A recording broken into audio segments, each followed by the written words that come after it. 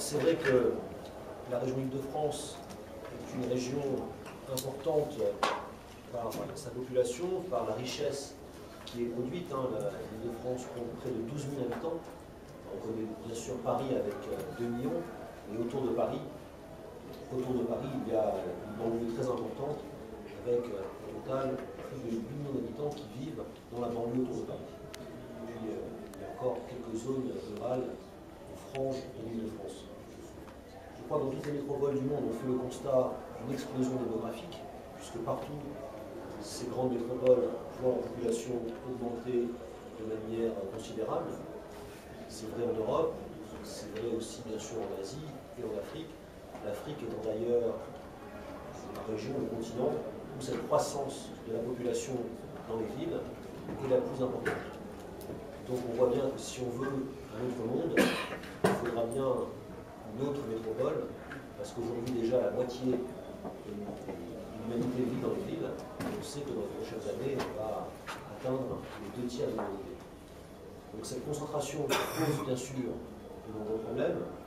Hier, on a beaucoup parlé des problèmes écologiques, avec l'expérience de Pikine, des inondations. On voit que le réchauffement climatique, la contrainte énergétique, puis parfois aussi les erreurs humaines, créent de grandes difficultés avec les questions liées à l'environnement. Mais je crois qu'aujourd'hui, on peut aborder aussi un thème qui m'est cher, qui est celui de l'accroissement des inégalités. Et dans le même temps, on constate cette augmentation de la population dans les villes, dans les métropoles, on constate en parallèle que les inégalités s'accroissent. Qu'à l'intérieur des métropoles, entre les zones les plus riches et les zones les plus pauvres, l'écart s'accroît. Et qu'on a bien souvent, d'un côté, de véritables ghettos, des zones reléguées, des zones où la population se sent complètement abandonnée, et puis de l'autre, des ghettos entre guillemets de riches, où là, la population a un cadre de vie très agréable, est bien protégée, a accès à tous les services. Et on voit cet écart s'accroître, comme on voit également l'écart entre les métropoles les plus développées et les métropoles du Sud également s'accroître. Donc notre responsabilité, bien sûr, de traiter l'urgence écologique, mais également de lutter contre ces inégalités, parce que si ces inégalités continuent à s'accroître, il y aura bien sûr de plus en plus de problèmes dans ces métropoles, de plus en plus de tensions, de plus en plus de violences, de plus en plus de révoltes. Je ne crois qu'aucune métropole n'est à l'abri. Il y a quelques années, c'était la région parisienne qui était touchée par des émeutes, et puis on voit régulièrement dans ces grandes métropoles, il y a ces accès de violence.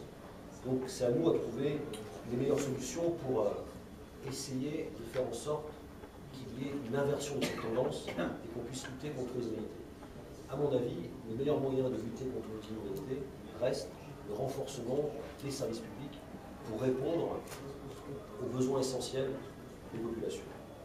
Ça a été dit, l'école, la santé, la sécurité, les transports, le logement, tout ça sont des besoins essentiels pour la population. Il faut que les élus soient en capacité de répondre à ces demandes. Et on sait que malheureusement, malgré ce que pensent certains libéraux, en laissant seul le marché, eh bien, l'argent va à l'argent, les inégalités s'accroissent et on ne répond pas aux besoins de la population, et notamment des populations les plus en difficulté. Pour faire en sorte que tous nos concitoyens aient accès à la santé, à l'école, à la sécurité, au logement, au transport, mais aussi à la culture et au sport, il faut que la puissance publique se dote d'outils. Et cet outil, c'est le service public, parce que c'est lui qui assure l'égalité d'accès de tous aux services. Dans la logique libérale, c'est simple, celui qui paye a accès.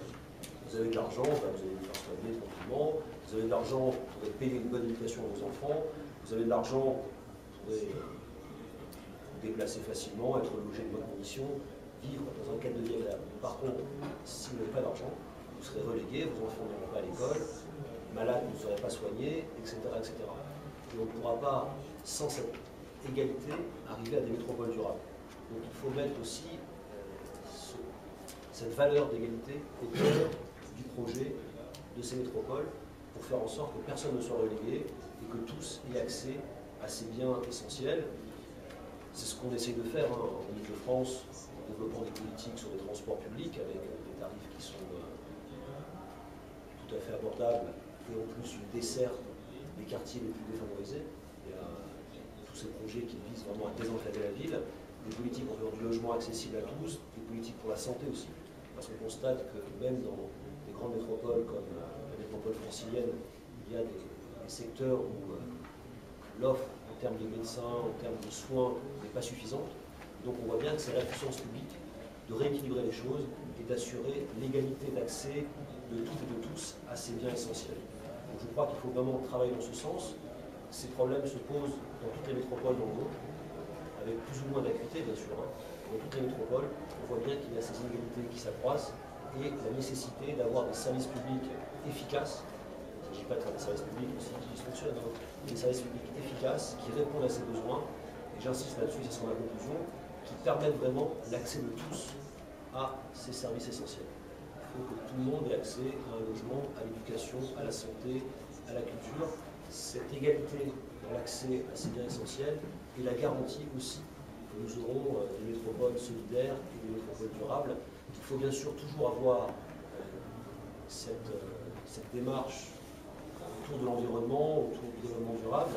Il ne faut pas oublier aussi les hommes qui vivent dans ces villes pour bien vivre ensemble. Je crois que l'égalité est une valeur qu'il nous faut mettre en avant et sur laquelle nous devons travailler pour la rendre concrète auprès de nos concitoyens.